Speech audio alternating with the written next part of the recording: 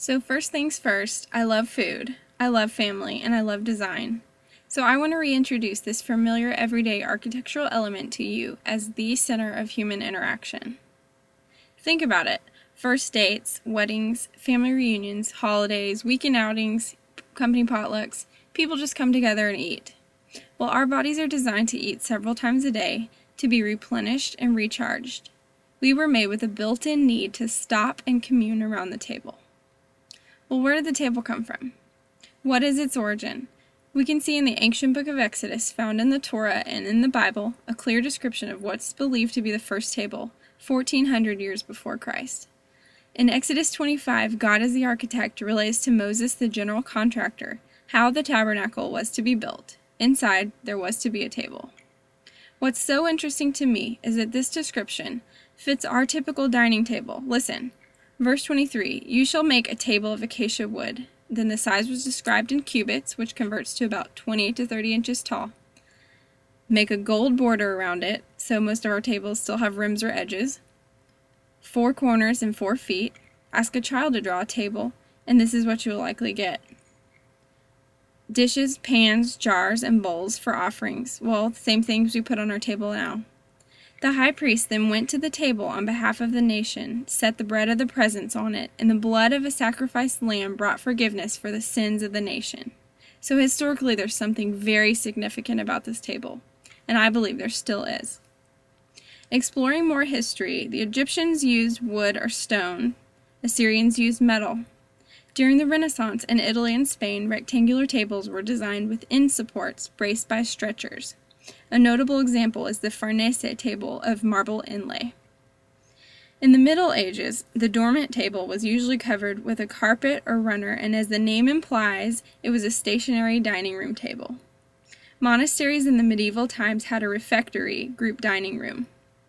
A very long dormant table was popular in these rooms and at banquets and feasts held in castles or high estates. Elizabethan-era tables were characterized by their rounded legs and often had the draw table, a forerunner of the extension dining table. The extravagant royal feasts of this time showed off centerpieces made of peacock's feathers, branches, and sweet-smelling flowers. So table decor was very important to them, too. The trestle table is most likely the oldest type of American dining table, handmade by the Amish. A long, narrow plank of wood rested on a frame of several trestles or horizontal beams. These bridges of wood or horses were pegged and braced to the tabletop.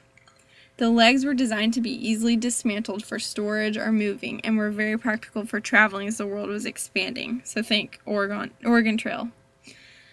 Not only do we get our vital nutrients from food, whatever type of table it's on, but we are given community, security, and identity as we gather around the table. Think of your childhood. Mom and Dad probably stared at you in your high chair, so proud of their child covered in spaghetti. Dad asks for the one thing the kids learn that day, and the siblings interact as they recount the tales of the day. This is my hilarious niece. Meals together connected our hearts. So home may be where the heart is, but first, home is where the heart is formed. Historian Edward Gibbon observes the 5 root causes that contributed to the downfall of the Roman Empire in his series of essays from 1788, and he states the number 1 as the undermining of the dignity and sanctity of the home, which is the basis for human society. So it was a slow decline, but with great repercussions. Great cultures crumbled when they stopped paying attention to what was happening at home. They didn't fall because of a lack of military or political strength like we would often think that would be the cause. Families needed to sit down face to face. I'm with Norman Rockwell on this one. So our homes are central to our lives, where relationships are built, laughter, learning, and growth happens. Our lives can either be hurt or hardened by our experiences at home, or we can be strengthened and made secure by our interactions at home. So taking a dive into sociology, I was largely inspired by Debbie Titus's book, The Table Experience. She says, if the home is the basis of human society, is it possible that the table is the basis of human stability? Could it be that the simple act of eating meals together is vital to the long-term health and stability of our families and our society? Well, there's a really touching story in the book of when her family invited an ex-convict, a friend, into their house And the guy broke down into tears as he sat down because he'd never been invited to eat with a family like this before to be included.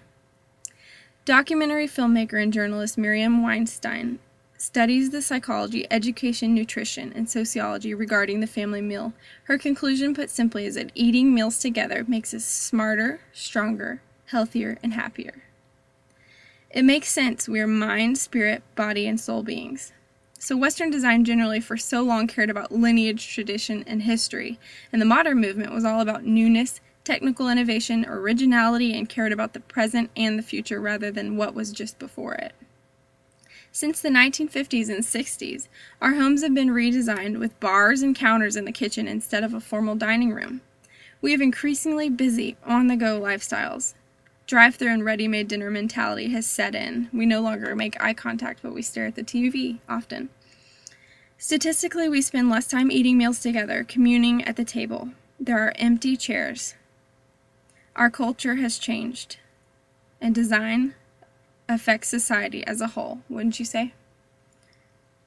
So finally, at the end of all this, we come to the fork in the road. Will you gather around this priceless piece?